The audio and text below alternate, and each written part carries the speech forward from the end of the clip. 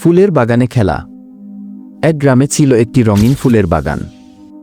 বাগানটি ছিল মাদ্রাসার পাশেই। সেখানে লাল, হলুদ, নীল, গোলাপি নানা রঙের ফুল ফুটে থাকত। চারদিকে ভ্রমর গুনগুন করত আর প্রজাপতিরা নাচত ফুলের চারপাশে।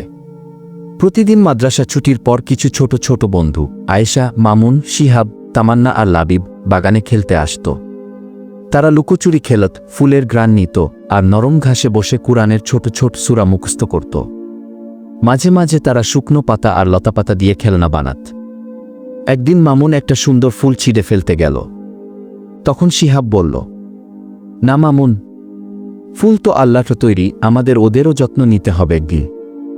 সবাই থেমে গেল। তামান্না বলল, হ্যাঁ, প্রজাপতিদের খাবার তো এই ফুল।